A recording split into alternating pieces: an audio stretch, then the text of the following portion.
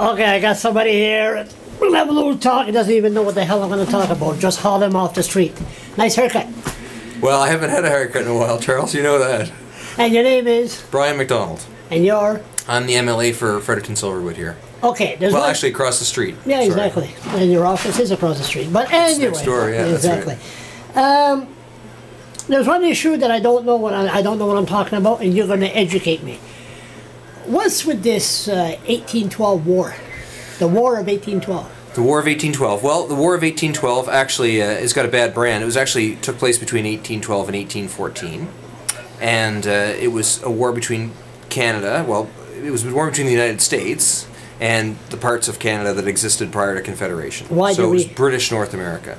Why did we start? What made it start the war? Well, it was effectively border tension, but really it had a lot to do with what was happening in Europe. I mean, you'll recall that's the Napoleonic period. So Napoleon, Napoleon was in Europe, marching toward Moscow, okay. And the British were at war with France at that time, and France had occupied most of Europe, and so this was a sort of a natural offshoot of that.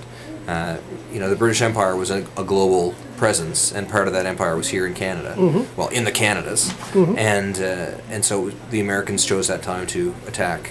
You think we would have been better off if they would have won?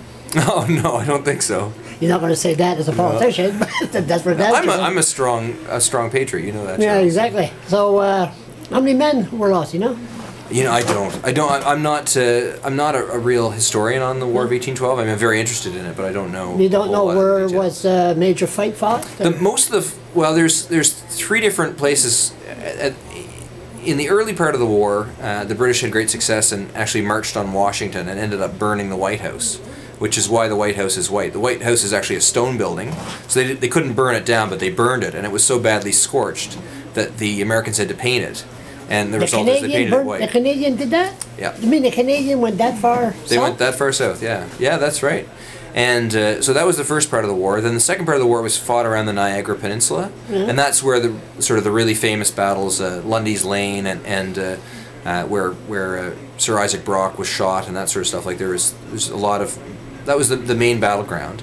And then toward the end of the war in 1814, there was the incursions up toward New Orleans and so it's a funny war because it's considered a bit of a draw. We consider that we won, and the Americans consider that they won. So the result to me was that Canada was preserved, and in fact, confederated not long after. So 1812, by 1867, Canada had come together as a nation. So I think the foundations of Canada were laid in that war. So that was 200 years ago. That's why we're celebrating. Yeah, exactly. So 2012, we're rolling out the beginning of it. But like I say, it was a long-term conflict. And the New Brunswick piece is really important because although there were no battles here in New Brunswick made significant contributions to the war.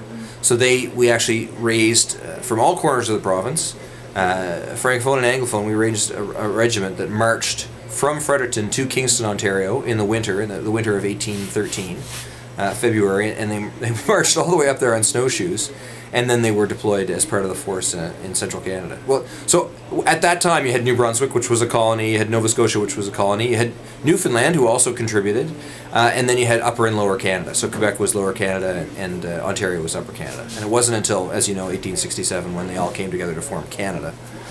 So this predates Canada, but it certainly shows the Canadian spirit, and it shows the willingness of New Brunswickers to band together to support our friends and relatives in other parts of the country. So this all occurred, they say, in defense of a notion, because the Canada as a nation didn't exist, but it existed as a general idea that we were all somehow linked and needed to defend ourselves against the Americans. Thank you to educate me. Thanks a lot. Thanks. Well, I need to do some reading on it myself, but I'll have the opportunity over the next 2 years. So. Thank you. Thanks, Charles.